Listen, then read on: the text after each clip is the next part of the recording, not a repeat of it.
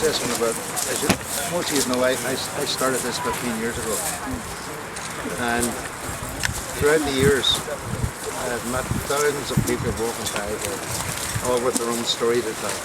They had nothing to do with the services or anyone in the armed forces in any shape or form, but yet they had troubled lives.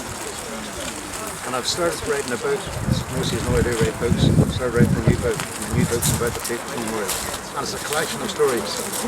And one of my favourite stories is that one day, 10 years ago, I was down there shoveling hardcore onto the back of the memorial to stop the tide from pulling it into the sea. I used to have to do that every day.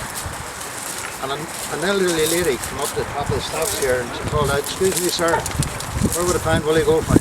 I said, "Jesus, missus, that's me, you found me." And "How can I help you?" I said. "I want to put my stone on your memorial," she said. So she hobbled down the steps, set this parcel on the edge of the memorial. She opened it. A few minutes later she called out again. She said, "Willie, would you bury the stone in the memorial for me?" I said, "I will." So I climbed on top of the memorial, and just where the plinth is, the white plinth in the middle, I dug a hole about 4 foot down there and put a stone in it, filled it in, put a few flowers around it.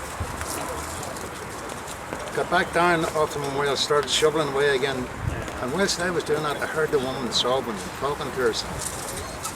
Maybe she was praying. 5 minutes later she called out, she said, "Willie, thank you, and I'll see you again." I said, "Okay, darling." So off she went to walk up the steps again. Back then my steps weren't very secure. So I rushed over and said, "Excuse me, let me help you up the steps." And I helped her up the steps by holding her elbow. And when we got to the top of the steps, just out of curiosity, I said to her, I asked her, I said, "You must have carried that stone for quite a distance. I think it's a part of the card that will appear down there." I said, you should have come and got me, and I would want to carry it for you."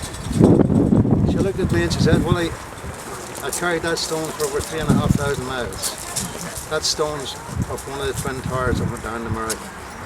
She said, "I lost my daughter there. That stone's beneath that plinth." That's the significance of the People's Memorial. And that's only one of many stories if you want to read about it.